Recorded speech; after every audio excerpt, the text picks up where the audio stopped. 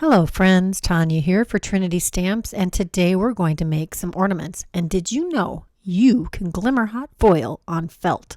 I didn't know that until recently. I pulled out one of our older die sets. This is the Cut and Foil Big Snowflake. It's gorgeous. This is the foiling piece. The rest are all dies. And I'm going to use some of this Benzie Designs Confetti Palette felt. It's a wool blend felt, and it works beautifully with this. So I have my foiling plate, my foil, my felt, and some shims, and I run that through just like I would on paper. You would think you'd need less shims. You do not. In fact, I do end up adding another shim with one of the other colors. And isn't that just gorgeous? I used some polished brass foil.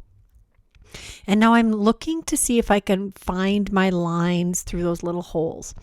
And I die cut this with one of the coordinating dies. I didn't use the smallest die. I used the medium thickness die.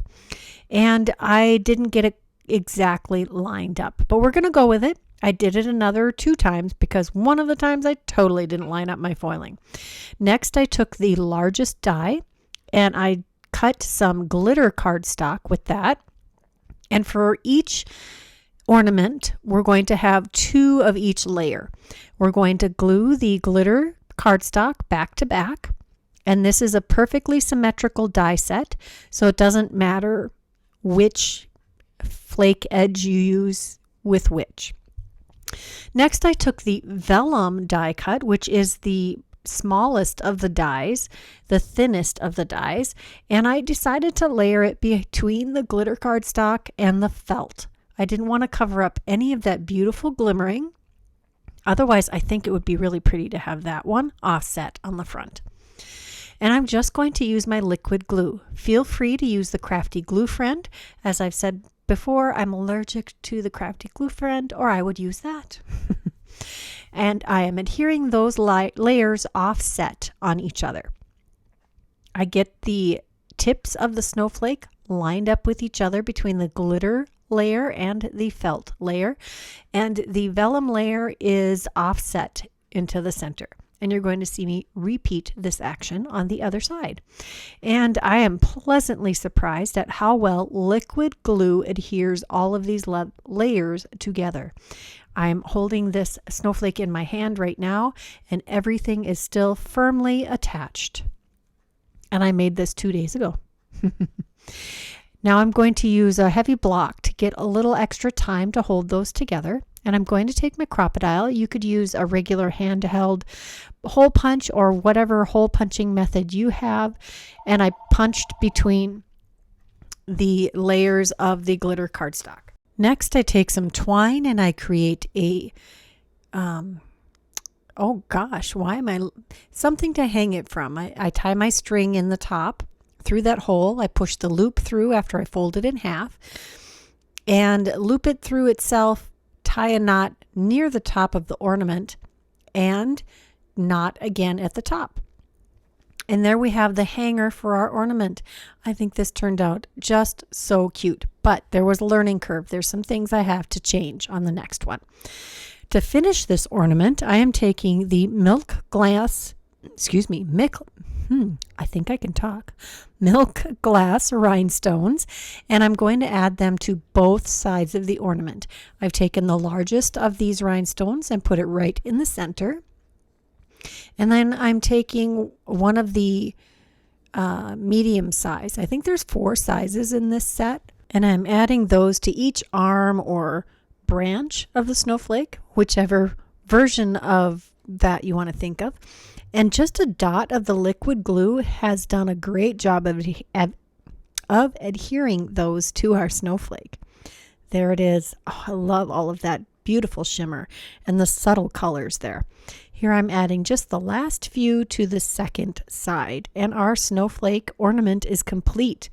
If you hadn't noticed, everyone on the design team is doing ornaments for this week. We just thought it would be a great way to start our November.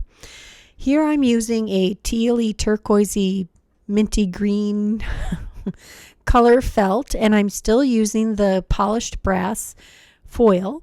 And this time I got smarter. I took a die cut negative of that die and laid it over the snowflake so that it lined up perfectly, and then popped my die in and taped it down, and boom, gorgeous, perfect. Next, I'm taking a die from the Santa mug die set that just came out in October, and I die cut that from some glitter cardstock, and you can see that I've glued together all of those pieces. I cut out the backer piece, or the largest snowflake, from some shimmery white cardstock and assembled that the same way, minus the vellum fine detail one. This one is going to be a little more bold colored, and we're not going to add that extra layer. The extra layer on this one is the glitter snowflake from the Santa mug die set. And this time I'm going to just punch a hole through the entire snowflake, both layers of felt and the double layers of shimmer cardstock. I'm going to use the same. This happens to be crochet thread. It's not baker's twine. I happened to find a big spool of it at a thrift shop for very inexpensive, and I've been using it for my threads, or my twine for my tags, and for ornaments for quite some time now. It's perfect. So if you have that in your stash, feel free to use that.